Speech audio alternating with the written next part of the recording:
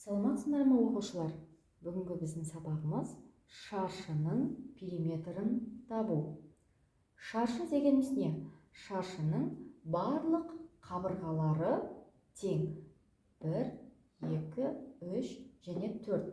Осы 4 қабырғасы тең, тік 4 бұрыш. Шаршының барлық қабырғалары тең болғандықтан, бір қабырғасын ғана А-мен белгілейміз.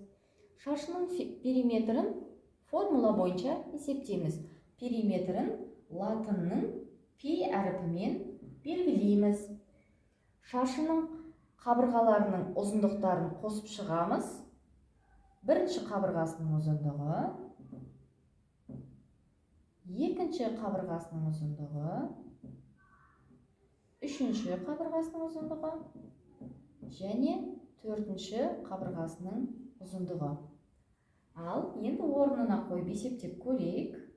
Периметрі тең. Біз шаршының қабырғасын 5 сантиметрге тең деп алайық.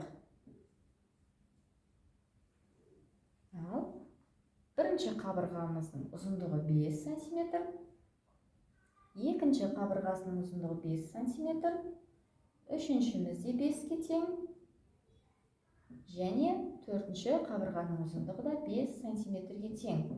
Барлығын қосып есептейтін болсақ, 20-ға 20 сантиметрге тең болады. Келесі, шаршының периметрін көбейту тәсілімен де есептеп шығаруға болады.